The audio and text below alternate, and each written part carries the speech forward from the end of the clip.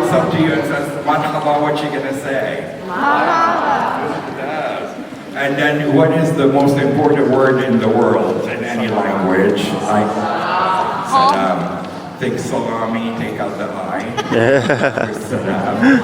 So peace, and it's all about peace today. It's all about beautiful music that is peaceful music that aims at changing the world. And every one of you who came here today, I want to thank you for coming and giving Arabic music a chance. You're going to be really surprised by Emel's music. It's not, the old kind of Arabic whiny music that I grew up with. This is experimental, this is new. She sings, in English, in Arabic, she speaks so many languages. And so when she does, come in, if you feel like throwing out a marhaba, she'd be very impressed. She'll think you speak Arabic. And, okay, so just nod yes if you are happy you're here. And do this if you're not happy you're here. So, but along with that comes yes and no. So are you happy to be here? It's either naam or la. Did you don't know much of the head la? You don't know what you're about to see, how beautiful it is. So you're happy you're here? Naam. Are you glad you're not elsewhere? La. Double negative. So shukran, that's thank you for everybody. And after you hear Emel's gorgeous music, at the end, hopefully we're going to have a chance for a Q&A. So I'm just giving this, if you're done asking a question, you might get a chance to do it at the end. And shukran to, of course, Stanford Live for making this happen. You kids, maybe some of you will end up at Stanford and end up learning Arabic. And then you'll go, I know the dude, the old dude who teaches Arabic. I met him at the Emel Mathlouthi concert. And so I am Ramzi Salti. I'm the Arabic professor here at Stanford for 17 years. So some of you were not born when I started. And I teach Arabic here. And I also have a radio show on KZSU 90.1 FM. So I'm a DJ. Which is like people think, I'm so much younger when they hear me on the radio. Like, oh, DJ Ramzi, cool. And then they meet me and they're like, who are you, his father? I'm like, no, but that's why I do radio. I don't do TV. If I was on TV, people would see that I'm slightly older. So, shukran and salam and marhaba to everyone. I'm going to, what are we going to do to call out to Emel to come out? Shall we say marhaba towards the marhaba Emel? Ahlan wa sahlan. I wish you salam. I wish you hope. I'm trying to make a heart. I wish you hope. And I wish you will enjoy every ughniya today. And do you guys rock? Is that a naam or a la? Naam. In fact, I'll say it now. You're a wonderful, wonderful crowd. Shukran to everybody. And I think I'm going to turn it over to Emel Mathlouthi. Shall we say it? Emel Mathlouthi. Emel Mathlouthi. Good job, Emel Mathlouthi. Emel Mathlouthi, everybody. Shukran, salam, and remember the Q&A after, so have that ready. Okay? Shukran.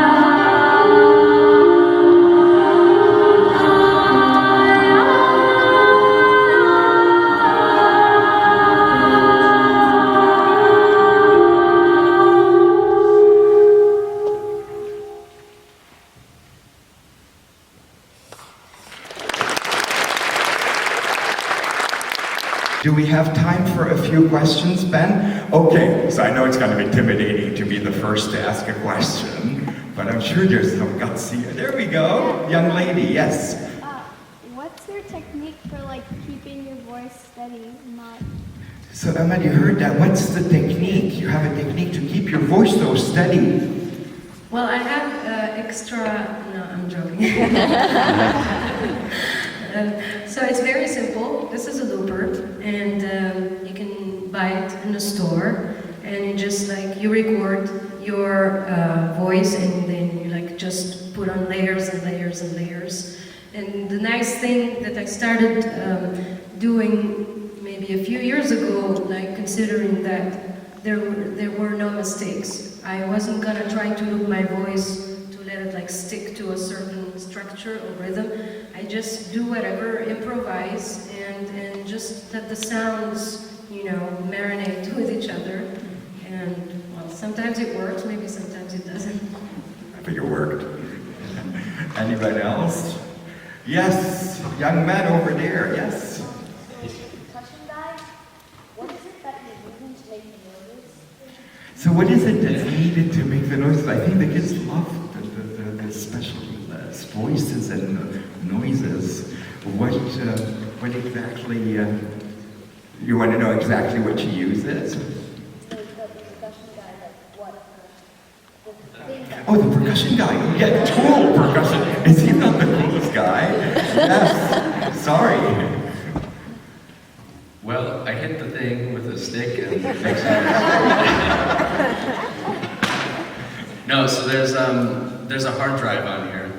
Wow. And so I can take any sounds I want from anywhere, stick them on here, put effects on it. A lot of times I'll take the sounds from her record. We can use the exact same sounds that she had. Sometimes I use my own. So I have stuff like this, but then I can also add effects from the machine. So it's pretty flexible. It's like an endless world, endless noise. Exactly. So. Well, that's such a good question. And you're the coolest percussion guy we've ever seen at Stanford. I've seen you. So, yes, how about the young lady? Yes, you.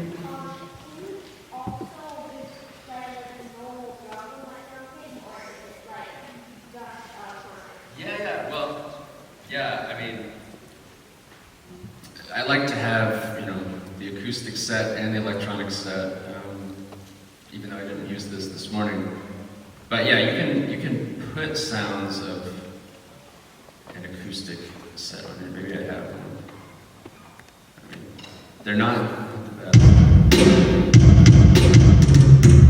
I mean, you can, but I think it's best to use the acoustic drums to get that sound rather than the copy of it. But also, the reverse is true. Like, it's very hard to simulate electronic drums on acoustic sounds, so it's good to have both.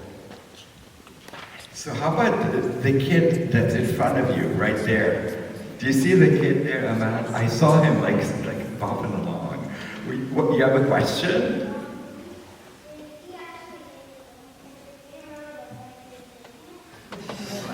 Did you actually hit the thing because it didn't really look like you did? I am really hitting it. He really is hitting it. That's a good question. How about the young lady, the girl with the blue, the turquoise? So this is a question for Ahmad. They want to know at what age, when did you start your singing career? I think I really realized that I had a crush on singing, and that it was really my thing when I was 15 years old, when I was learning everything that I liked. I would like learn it by heart and listen and sing it and repeat it over and over and over when we used to have cassettes. You know. I don't know if they know cassettes. Yes. Talk about your experience and inspiration from the Such a great question. Like, you know, the Tunisian Arabs, where the Arab Spring began in Tunisia, and to talk about your experience at that period. Can you go back, Emel, a little bit with us? And to that period? So I think what was really, really important is to live in Tunisia before the revolution, because the revolution was like for 3 weeks, like the revolution happened in 3 weeks. But what was living in Tunisia like is really all the years before that.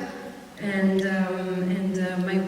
what I did and was really important to me is like to try to fight those difficult years, difficult for us as youth, because we didn't have, first of all, we didn't have all the opportunities that you guys have here. There were like very, very limited space for us to evolve and to dream, and you know, all these kind of things that are really interesting to carry with you when you are growing up. But at the same time, it was very interesting because there was no possibilities, no encouragements, no structures. So at the same time, it pushes you to be even much more creative and invent methods and sounds. And in contrast, you were completely free to do whatever you had in your brain, but like with your friends and like in limited circles. But in the same time, you felt like completely free because you didn't really have the pressure of an audience or of like, okay, we did have a few shows and a few spaces, but it was really limited. So that really, I think, encouraged my creativity and made me who I am today. Grazie. What do you think about the kid there? He has a good question. I can feel it. Okay.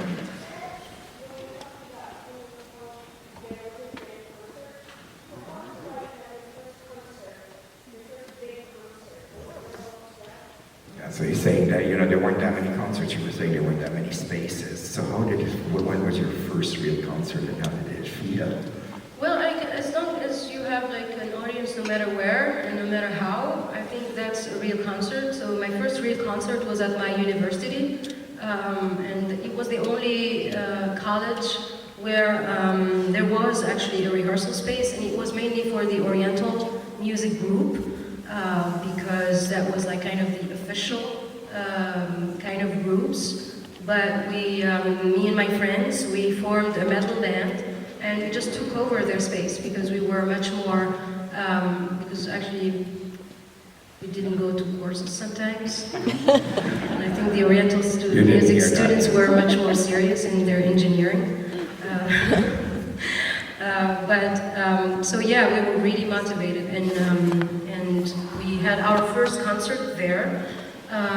So we had a lot of students, and I think the most interesting audience is students, because they're just so excited and they're like about to explode. So the energy is very interesting, and especially if you are a rock band. So I remember I was like, okay, this is what I want to do all my life, and it didn't feel more exciting to me to be in like a bigger stage many years later, because those feelings were so raw, and I felt like flying. There's videos of those early days on YouTube for anyone who wants to, see that. And in my hard drive that I will never show. Do we have time for a couple more questions, Ben? Okay, so yes.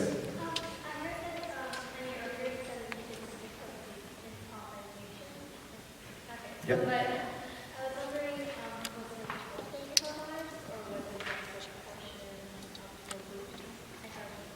That's really like a good this question morning it was improvisation, right? Yeah, this morning was totally improvised. Of course, I mean, there are some lines that I take from a few ideas that I have, and there's this song actually of, I don't know if you're familiar with Jeff Buckley. You should know him, if you don't. And this song is called New Year's Prayer, and for me it's one of his best songs. And the song starts with "Fall in Light," and I think it's a marvelous expression and a state of mind. So I took those lyrics and I tried to marry them with whatever the guys start doing, actually. And sometimes you don't see me, but I'm like, stop. No, that's not true. Not really. Today when I came in, they were really, like, I felt so inspired and I'm so lucky to be with them. You had a question, maybe? Yes. Sorry. How many languages do you know? How many languages does Emel Mathlouthi know? So I speak fluently 3 languages, Arabic, English, and French. And I speak 2 other languages that I wish to practice more, Italian and Spanish. And I started learning some Turkish. MashaAllah. Yeah, languages are really, really interesting. And if you ever have the chance, even with a small little book, you know, even just to know a few expressions, I think is something very enriching. Naam. Who has a question? How about you in the blue? What are all of you guys' names? Okay, yes, the names, because they're not, Emel is not the typical Yeah, name. so I introduced Pierluigi. He plays piano, keyboards, and he has a lot of little machines that, I mean, I don't even know what he's really doing, you know. It's so complex. You don't want to. So his name is Pierluigi Salami, and he's from Milan. And this is Sean Crowder, and he's originally from Colorado. What's so funny? And you are. And of course, you know what the name Emel is? Her first name, Emel, it means hopes in Arabic. So it's a beautiful name. Like your parents knew you were going to give us hope, and they named you Emel. Well, yeah, my parents were so broke when they had me, so my father had the idea of naming me Emel, so maybe there will be some hope for them. I think we have one more. Okay, one more. All right. So let's have somebody who hasn't asked before. Do you want to ask? Go ahead. Yes, you. I'm a piano person. Why do you have a piano and a keyboard? Why does he have what? A piano and a keyboard. Oh, yeah. Why do you have a piano and a keyboard? Because I'm This is your spoiled. chance. I'm spoiled. Yeah, well, they do very, very different things. The piano makes this sound, as you very well know.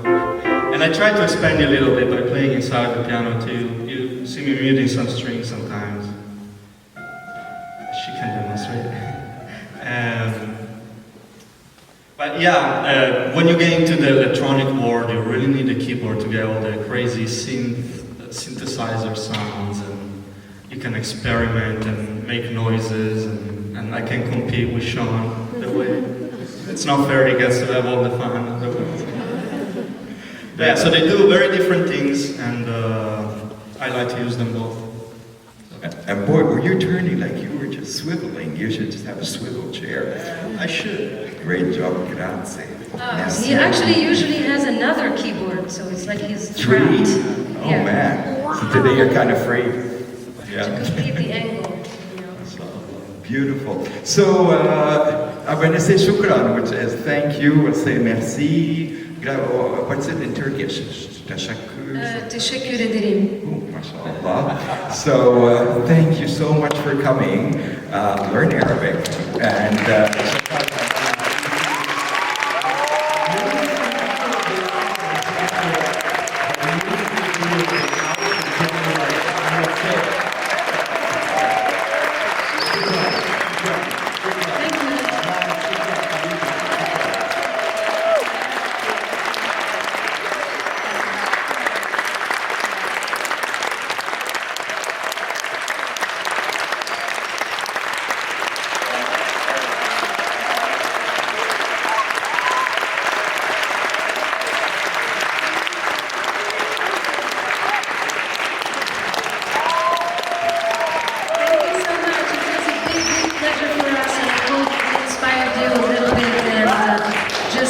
Never give up your dreams and just believe in yourselves and try to explore as much crazy ideas. Not too crazy. because this is the time. Thank you.